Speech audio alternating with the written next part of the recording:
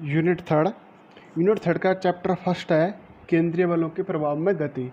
Unit third के chapter first के first topic की बात करते हैं हम, केंद्रीय बल। कि केंद्रीय बल क्या होते हैं। तो केंद्रीय बल, यदि किसी बल क्षेत्र में कण पर लगने वाला बल एफ वेक्टर निम्नलिखित विशेषता होती हैं। क्या कह रहे हैं, बल क्षेत्र है, इस बल क्षेत्र में कण पर लगने वाला बल क्या है, एफ वेक्टर। इसमें यदि निम्नलिखित विशेषता होती हैं। कौन सी विशेषता। पहली विशेषता होती है कि बल एफ वेक्टर की क्रिया सदैव नियत बिंदु से गुजरती हो। जो बल हो एफ वेक्टर, उसकी क्रिया सदैव नियत बिंदु से गुजरती हो। दूसरा विशेषता क्या होती है कि जो बल एफ वेक्टर का जो परिमाण होता है नियत बिंदु पर निर्भर करता है। किस पर निर्भर करता है, नियत बिंदु पर निर्भर करता है, दिशा पर निर्भर नहीं। वह नियत बिंदु बल क्षेत्र का केंद्रक कहलाता है। तो केंद्रीय बल की क्या परिभाषा निकली कि यदि किसी बल क्षेत्र में कण पर लगने वाला बल एफ वेक्टर के निम्नलिखित विशेषताएं होती हैं। पहली विशेषता क्या थी कि बल एफ वेक्टर की क्रिया, जो एफ वेक्टर होगा उसकी क्रिया सदैव नियत बिंदु से गुजरती हो। और दूसरी विशेषता क्या है कि जो एफ वेक्टर है उसका परिमाण एक नियत बिंदु पर निर्भर करता हो, दिशा पर नहीं। वह नियत बिंदु ही बल क्षेत्र का केंद्रक कहलाता है। एग्जाम्पल क्या आते केंद्रीय बल के, विद्युत बल,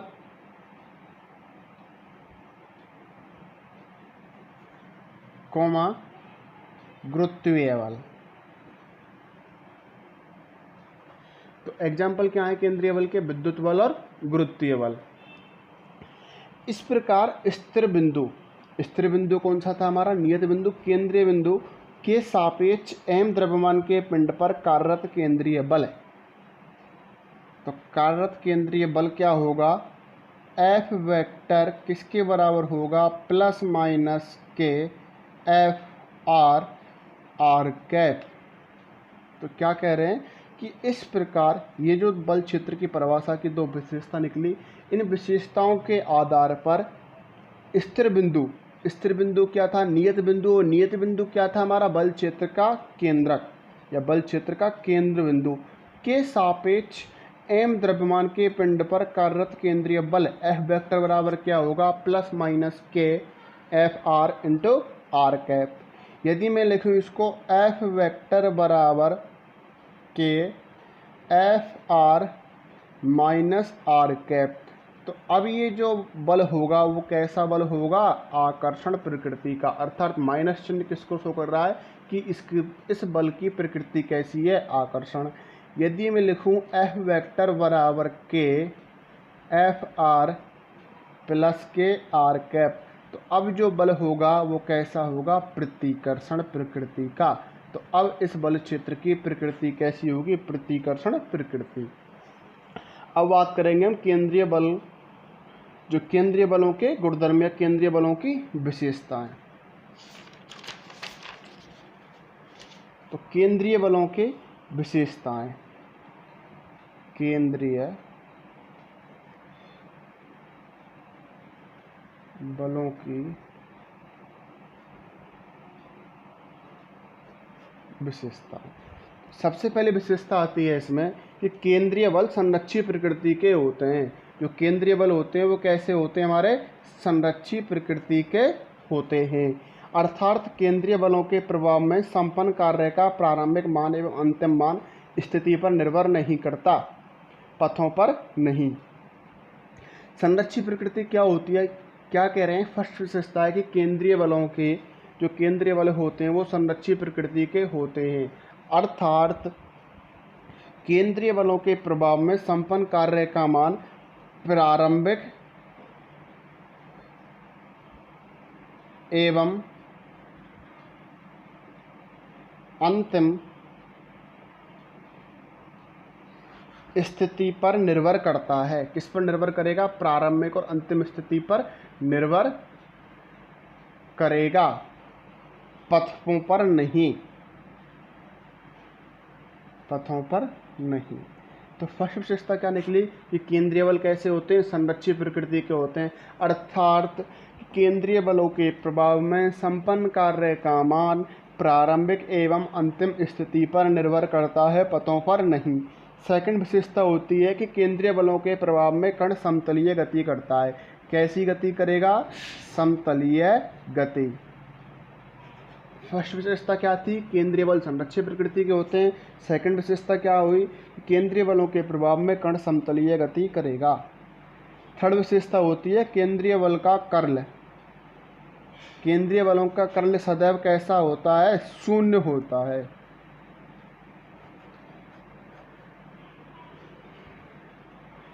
केंद्रीय बलों का कर्ल का मान हमेशा क्या होगा? शून्य होगा। फोर्थ विशेषता क्या है? कि केंद्रीय बलों के प्रभाव में केंद्र बिंदु बोल लो या नियत बिंदु, जो नियत बिंदु क्या था हमारा? केंद्र बिंदु के सापेक्ष बलागुण का मान शून्य होता है। तो क्या कह रहे हैं?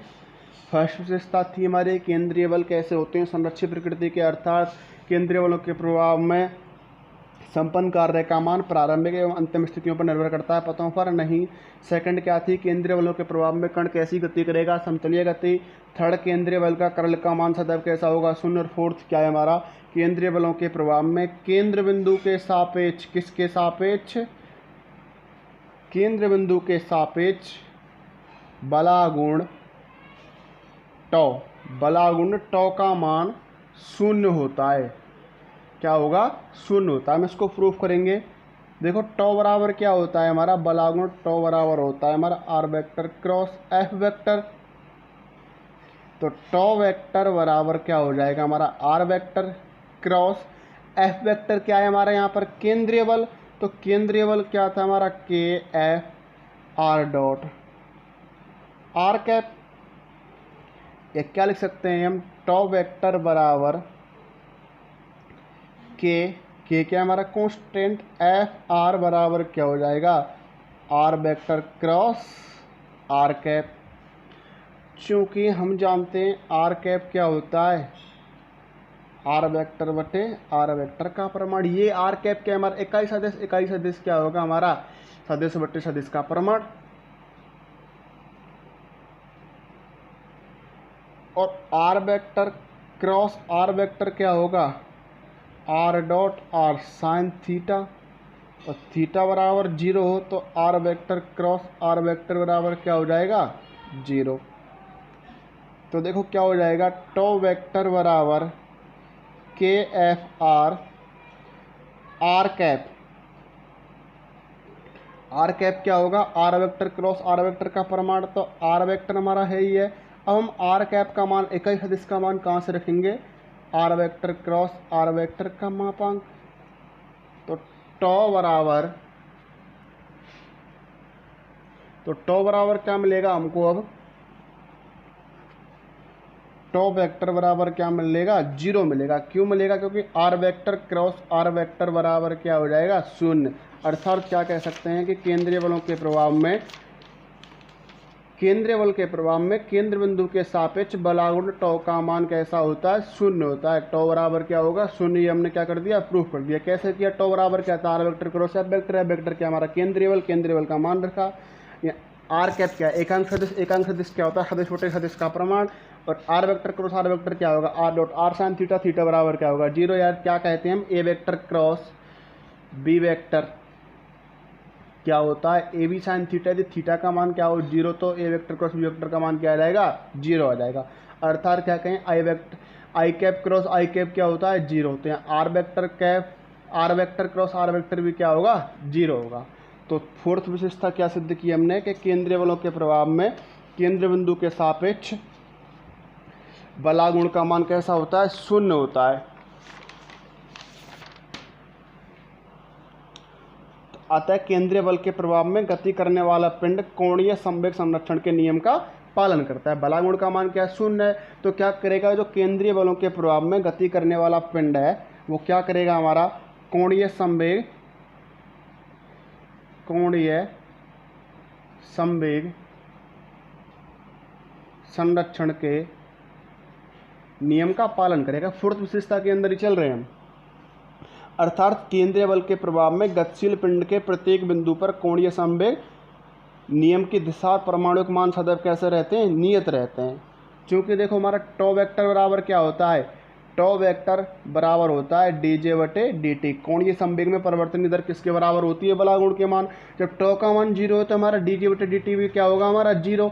अर्थात क्या कह रहे हैं हमने j का क्या किया, हमने अवकलन किया। टॉ वेक्टर क्या निकला हमारा 0, और हम जानते हैं टॉ वेक्टर किसके बराबर होता है, dj बटे dt। अर्थात कोणीय संवेग में परिवर्तन की दर बलागुण के बराबर होती है। तो इसका मतलब क्या है कि dj बटे dt बराबर 0। इसका मतलब क्या हुआ कि हमने j का क्या किया, अवकलन किया, इसका मान क्या आ रहा है 0। अर्थात j वेक्टर हमारा क्या है, यहाँ पे हमारा कांस्टेंट का अवकलन करते हैं तभी तो उसका मान क्या आता है, 0 आता है। तो क्या सिद्ध हुआ हमारे कि कोणीय संवेग संरक्षण के नियम का पालन करेगा। तो ये थी हमारी फोर्थ व्यवस्था। अब बात करते हैं हम पांचवी विशेषता। पांचवी विशेषता क्या होती है कि केंद्रीय बलों के प्रभाव में ऊर्जा संरक्षित रहती है। ऊर्जा कैसी रहेगी हमारी, संरक्षित रहेगी। केंद्रीय बलों के प्रभाव में ऊर्जा संरक्षित रहती है। अर्थात संरक्षी बल होने के कारण पथ के प्रत्येक बिंदु पर गतिज ऊर्जा और स्थितिज ऊर्जा का योग सदैव नियत होगा। तो क्या है हमारी पांचवी विशेषता कि केंद्रीय बलों के प्रभाव में ऊर्जा संरक्षित रहती है। अर्थात संरक्षी बल होने के कारण पथ के प्रत्येक बिंदु पर गतिज ऊर्जा और स्थितिज ऊर्जा, काइनेटिक एनर्जी और पोटेंशियल एनर्जी का मान का योग कैसा रहेगा, नियत रहता है। छठवीं विशेषता होती है हमारी केंद्रीय बलों के प्रभाव में कण का क्षेत्रफलीय वेग। केंद्रीय बलों के प्रभाव में कण का क्षेत्रफलीय वेग, क्या कह रहे हैं हम, क्षेत्रफलीय वेग बी वेक्टर बराबर किसके बराबर होगा, dA बटे dt। कैसा रहता है, ये नियत रहता है, नियत रहता है। तो क्या थी हमारी छठवीं विशेषता, छठी विशेषता थी हमारी कि केंद्रीय बलों के प्रभाव में क्षेत्रफलीय वेग। क्षेत्रफलीय वेग b बराबर किसके बराबर होगा, dA बटे dt। ये कैसा रहता है, नियत रहता है। अब हम बात करते हैं क्षेत्रफलीय वेग कि क्षेत्रफलीय वेग क्या होता है, पिंड द्वारा इकाई समय में प्रसर्पित किया गया क्षेत्रफल। प्रसर्पित का मतलब होता है घेरा गया क्षेत्रफल। तो क्षेत्रफलीय वेग की परिभाषा क्या होती है कि पिंड द्वारा इकाई समय में प्रसर्पित किया गया क्षेत्रफल। प्रसर्पित का मतलब क्या होगा, घेरा गया क्षेत्रफल। तो छठवीं विशेषता क्या होती है कि केंद्रीय बलों के प्रभाव में जो होता है हमारा प्रसर्पित क्षेत्रफलीय वेग। क्षेत्रफलीय वेग क्या होगा, dA बटे dt। और क्षेत्रफलीय वेग क्या होता है, पिंड द्वारा इकाई समय में प्रसर्पित किया गया क्षेत्रफल का मान कैसा रहता है, नियत रहता है। अर्थात क्या कहेंगे हम, dA बटे dt किसके बराबर होता है, j वेक्टर बटे 2m। अब ये नियत कैसे रहेगा, हम कह रहे हैं कि dA बटे dt का मान क्या है, नियत। क्यों, क्योंकि j वेक्टर क्या है हमारा कांस्टेंट, 2 क्या है हमारा कांस्टेंट, द्रव्यमान तो फिक्स है। तो इसका मतलब क्या होगा कि हमारा dA बटे dt का मान क्या होगा, कांस्टेंट होगा, नियत होगा। और सातवीं विशेषता क्या होती है कि वृत्ताकार मार्ग में गति के लिए लगने वाला बल भी केंद्रक बल या केंद्रीय बल होता है। वृत्ताकार मार्ग में गति के लिए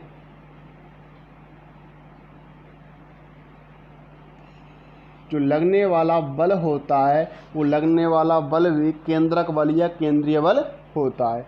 तो सातवीं विशेषता क्या हुई कि वृत्ताकार मार्ग में गति के लिए लगने वाला बल भी केंद्रीय बल या केंद्रक बल होता है। और लास्ट विशेषता है हमारी आठवीं कि केंद्रीय बलों पर निकाय की स्थितिज ऊर्जा की प्रवणता के ऋणात्मक मान के रूप में व्यक्त किया जा सकता है। कि केंद्रीय बलों पर निकाय की स्थितिज ऊर्जा को, निकाय की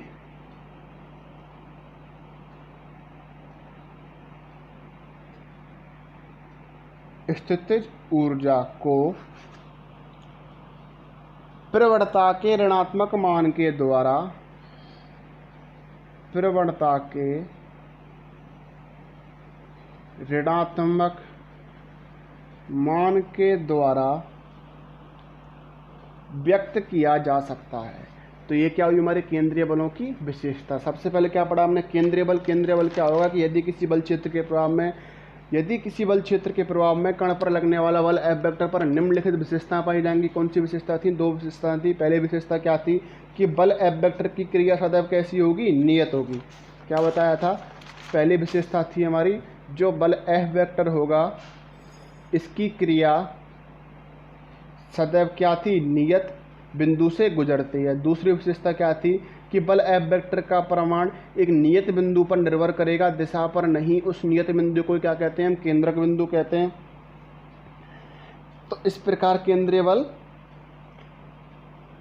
जो इन दो विशेषताओं का पालन करेगा, उस बल को क्या कहेंगे? हम केंद्रीय बल। केंद्रीय बल के एग्जाम्पल क्या होते हैं? विद्युत बल, गुरुत्वीय बल।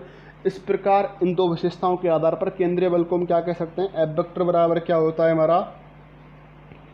प्लस माइनस के आर आर कैप। यदि प्लस चिन्ह लेंगे तो इसका मतलब केंद्रीय बल की प्रकृति आकर्षण है, माइनस लेंगे तो प्रतिकर्षण। केंद्रीय बलों की विशेषता थी, फर्स्ट विशेषता क्या थी? केंद्रीय बल कैसे होते हैं? संरक्षी प्रकृति के।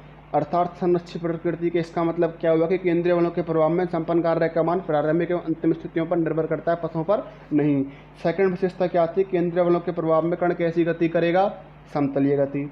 थर्ड विशेषता क्या थी? केंद्रीय बलों के कर्ल का मान सदैव कैसा होगा? शून्य होगा। फोर्थ विशेषता क्या थी? केंद्रीय बलों के प्रभाव में केंद्रक के सापेक्ष बलागुण का मान कैसा रहता है? शून्य होता है। बलागुण टो बराबर क्या होगा हमारा? शून्य होगा। फाइव विशेषता क्या थी कि केंद्रीय बलों के प्रभाव में ऊर्जा संरक्षित रहती है, अर्थात kinetic energy plus potential energy का मान हमेशा कैसा रहेगा? इनका योग समान रहेगा। छठवीं विशेषता क्या थी? केंद्रीय बलों के प्रभाव में क्षेत्रफलीय वेग, क्षेत्रफलीय वेग बी बराबर क्या होता है हमारा? डी ए बटे डी टी। इसका मान कैसा रहेगा? नियत रहेगा। और क्षेत्रफलीय वेग क्या होता है? इकाई समय में, पिंड द्वारा इकाई समय में प्रसर्पित क्षेत्रफल का मान क्या कहलाता है? हमारा क्षेत्रफलीय वेग।